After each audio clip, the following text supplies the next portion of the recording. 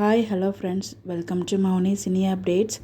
என்ன சொல்கிறதுனே தெரில. நான் எப்பயுமே சொல்கிற மாதிரி தான், அடுத்த நொடி நிச்சயம் இல்லாத இந்த வாழ்க்கையில் எவ்வளோ தூரம் சந்தோஷமாக இருக்கீங்களோ அது தூரம் சந்தோஷமாகவும் ஹெல்த்தியாகவும் சேஃபாகவும் இருங்க. அதுதான் எல்லாருக்கிட்டையும் ரெக்வஸ்ட்டாக நான் கேட்டுக்கிற ஒரே ஒரு விஷயம். ரொம்ப ரொம்ப கஷ்டமாக இருந்துச்சு இந்த ஒரு அப்டேட் பார்த்த உடனே எனக்கு. அதனால தான் அந்த வீடியோஸ்மே எல்லாம் கொடுக்க முடியல.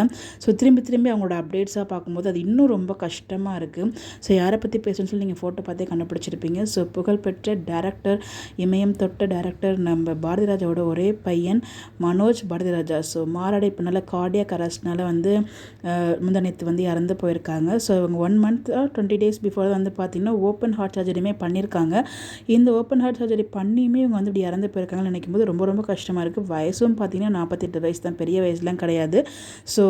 ரொம்ப கஷ்டமாகவும் இருக்குது. அந்த இடத்துல பாரதிராஜா சார் பார்த்திங்கன்னா சேரில் தூக்கிட்டு போகிறதா, ஒரு அழுகிறத பார்க்குறது, அதெல்லாம் பார்க்கும்போது இன்னும் மனசு ரொம்ப பாரமாக இருக்குது. ஏன்னா ஒரு பெற்ற மகன் அம்மாவும் அப்பாவோட இருக்கும்போது அவங்க இந்த சின்ன வயசில் இறந்து போகும்போது அது எவ்வளோ பெரிய ஒரு விஷயம்.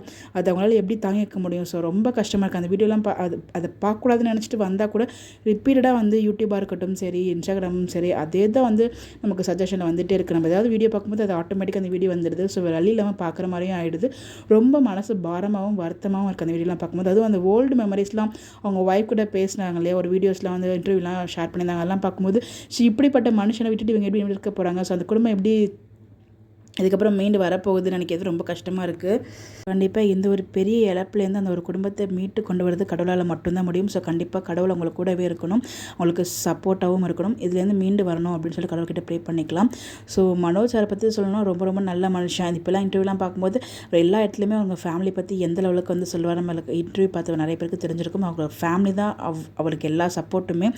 அம்மா அப்பாவாக இருக்கட்டும், ஒய்ஃபு, குழந்தைங்க எல்லாருமே பார்த்திங்கன்னா அவங்களுக்கு அவ்வளோ சப்போர்ட்டிவாக இருந்திருக்காங்க. அவங்க கஷ்டமாக இருக்கனாலும் அவங்க சப்போர்ட்டிவாக இருந்திருக்காங்க, சந்தோஷமாக இருக்கனாலும் சந்தோஷமாக இருந்திருக்காங்க. அந்த மாதிரி ஒரு சப்போர்ட்டிவ் ஒய்ஃப் கிடச்சிருக்காங்க. இனிமேல் இவங்க எல்லாம் நினைக்கும் போது அந்த குடும்பம் எவ்வளோ கஷ்டப்படும் நம்மளால் அந்த வீடியோலாம் பார்க்கும்போது சொல்ல வார்த்தையே இல்லை. இவங்க நடித்த 3 படமே செம ஹிட்டுங்க. சாங்ஸ் எல்லாமே எனக்கு ரொம்ப பிடிச்ச சாங். இப்போ வரைக்கும் எனக்கு ஃபேவரட் பிளேலிஸ்ட்டில் இருக்கிற சாங் தாஜ்மஹால் மூவியாக இருக்கட்டும், வருஷமெல்லாம் வசந்தம், சமுத்திரம், அந்த எல்லாமே நல்லாயிருக்கும். அது இன்றைக்கி கூட சன் டிவியில் சமுத்திரம் மூவி போட்டிருப்பாங்க போகலாம்.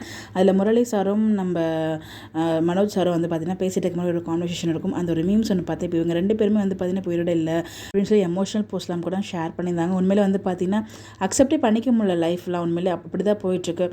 யாருக்கு என்ன நடக்குது, திடீர்னு டான்ஸ் ஆடும்போது பார்த்தா கீழே விழுந்து இறந்து போகிறாங்க. சின்ன வயசுலேருந்து பெரியவங்க வரைக்கும் கார்டியாக் அரெஸ்ட், அதாவது எக்ஸசைஸ் பண்ணும்போது இறந்து போகிறாங்க. அப்படிங்கிறப்ப சின்ன ஏதோ ஒரு தப்பு பண்ணுறோம், அது ஏதோ இந்த மாதிரி ஆகிடுது. எல்லாருக்கிட்டையும் கைண்டாக கேட்டுக்கிட்ட ஒரே ரெக்வஸ்ட், ஹெல்த் பார்த்துக்கோ, சேஃபாக இருங்க, ஹாப்பியாக இருங்க. எதனால இருந்தாலும் பார்த்துக்கலாம். ஓவர் திங்கிங், ஸ்ட்ரெஸ் எதுவுமே எடுத்துக்காதீங்க. வாழப்போகிற லைஃப் கோ வித் ஃப்ளோ. இது நடந்தாலும் ஓகே, பாசிட்டிவோ நெகட்டிவோ நம்மளால் முடியும்னு நினச்சா அதை தாண்டி நம்மளால் முடியும்னு நினச்சிப்போங்க. கண்டிப்பாக நமக்கு ஸ்ட்ரெஸ் எதுவுமே இருக்காது. ஹாப்பியாக இருங்க, நீங்களும் ஹாப்பியாக இருங்க, சுற்றி இருக்கவங்களும் ஹாப்பியாக வச்சுக்கோங்க. கண்டிப்பாக நம்ம லைஃப் சந்தோஷமாக இருக்கும்னு நினைக்கிறேன். இது எப்பயுமே நான் சொல்ல ஒரு விஷயம் தான். மனோஜ் பாரதிராஜா சாரோட ஆன்மா சாந்தி அடைய கடவுள்கிட்ட ப்ரே பண்ணிக்கலாம். அந்த இவ்வளோ பெரிய பேர் இழப்பிலேருந்து அந்த குடும்பம் மீண்டு வர கண்டிப்பாக கடவுள் அவங்களுக்கு கூடவே இருக்கணும், அவங்களுக்கான ஸ்ட்ரென்த்தையும் கொடுக்கணும்னு சொல்லிட்டு கடவுள்கிட்ட ப்ரே பண்ணிக்கலாம். தேங்க்யூ.